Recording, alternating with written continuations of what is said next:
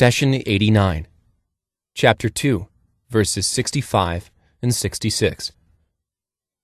And you had already known about those who transgressed among you concerning the Sabbath, and we said to them, Be apes, despised.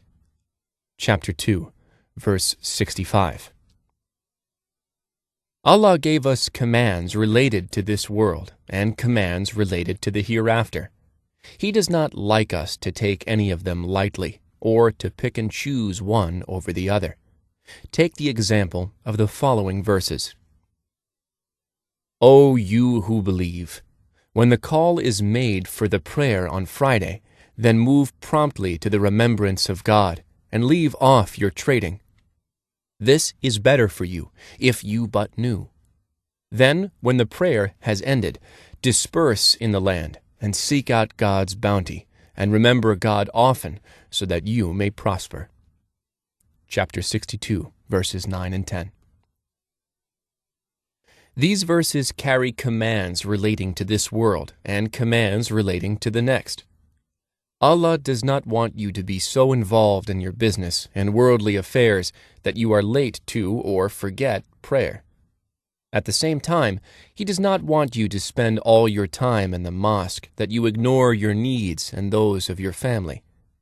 Allah wants to bring balance to your life. Both the first command, when the call is made for prayer on Friday, then move promptly to the remembrance of God and leave off your trading, and the second command, when the prayer has ended, disperse in the land and seek out God's bounty, are from our Lord, and we should give them equal importance. 2 days of the week are mentioned in the Quran, Friday and Saturday. Friday, Jum'ah, is the day of congregational prayer.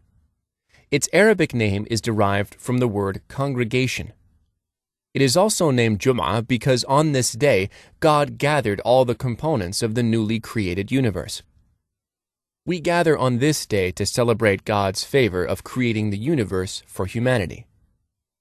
Saturday, Sabt or Sabbath, is derived from the Arabic word sabata, which means to be inactive and relax. On Saturday, nothing was created, as the process of creation was already completed. The Quran says, It was He who created the heavens and earth in 6 days, and then established Himself on the throne. He knows what enters the earth and what comes out of it, what descends from the sky and what ascends to it. He is with you wherever you are. He sees all that you do. Chapter 57, verse 4. When the Israelites asked God to grant them a day to relax, He appointed Saturday for that purpose. He, Almighty, put them to the test to see if they appreciate and commit to what they had asked for. A tribe of the Israelites lived by the sea and were fishermen by profession. As requested, God forbade them from working on Saturday and assigned it as a day of reflection and worship. This allowed them rest and brought balance to life. However, unlike other days of the week, every Saturday fish would be so abundant and swim so close to the shore that they became visible, splashing all over the water, as the following verse explains. Ask them about the town by the sea, how its people broke the Sabbath when their fish surfaced for them only on that day, never on weekdays. We tested them in this way because of their disobedience. Chapter 7, verse 163. The Israelites did not see the blessing of rest and reflection. All they saw was the money they were losing by not fishing on Saturday. They came up with a plan. On Fridays, they would dig deep trenches and spread nets in order to trap fish on Saturday. Then on Sunday, they would collect the catch, take it to market, and sell it for a fat profit. While the villagers did not technically fish on Saturday, their actions took God's command lightly and made a mockery of it. Keep in mind that they were the ones who had asked for a day of rest to begin with. The phrase, "And you had already known about those who transgressed among you concerning the Sabbath," indicates that this story was well known to the Jews even at the time of Prophet Muhammad and had been passed on from generation to generation. Allah wants to protect you not only from sin, but also from being tempted into sin. He says, "These are the bounds set by God, so do not go near them." Chapter 2, verse 187. Meaning, when something is prohibited, you are supposed to avoid it altogether, even avoid being near where you may be tempted. The Israelites transgressed God's command while pretending to obey Him. They thought they can manage to deceive their Lord. Thus came the punishment at the end of the verse, "Be apes, despised." A person can only be ordered to do what is within his or her ability. "Be apes" is a command impossible for any human to perform. Only God can do so. Thus, this command is known as subjugation command. The transformation was for punishment and humiliation.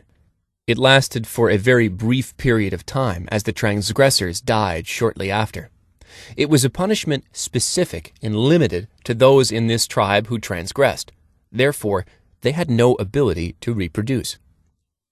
God says, "Say, should I seek a Lord other than God when He is the Lord of all things? Each soul is responsible for its own actions. No soul will bear the burden of another. You will all return to your Lord in the end, and He will tell you the truth about your differences." Chapter 6, verse 164. If they were able to reproduce, then their offspring would have been burdened with the sins of their parents. This is against God's law in the universe. It is sad to say that some contemporary scholars and those with agendas use such verses to spread hate and injustice, especially at times of political tensions. The fact is, God is narrating these stories to remind us to respect and honor His commands.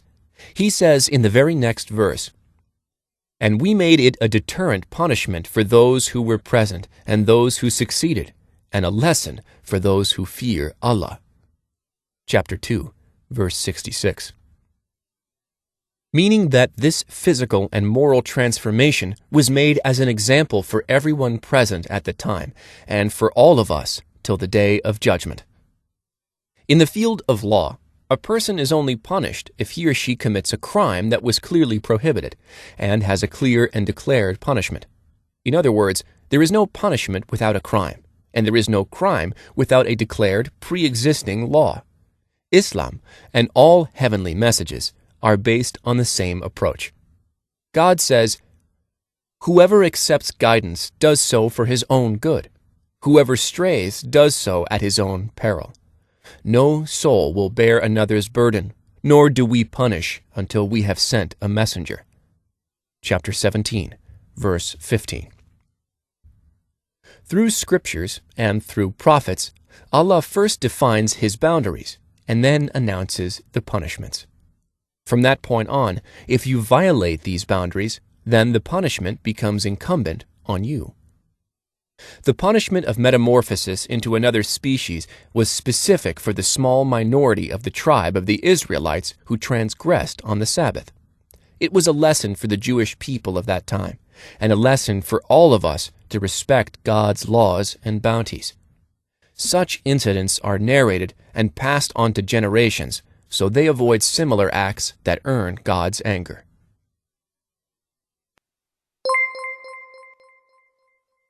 The prophet, peace be upon him, said, "Convey my teachings to the people, even if it is only a single verse." Please take a moment to subscribe and to share with your family and friends. Visit us at www.QURANGARDEN.com.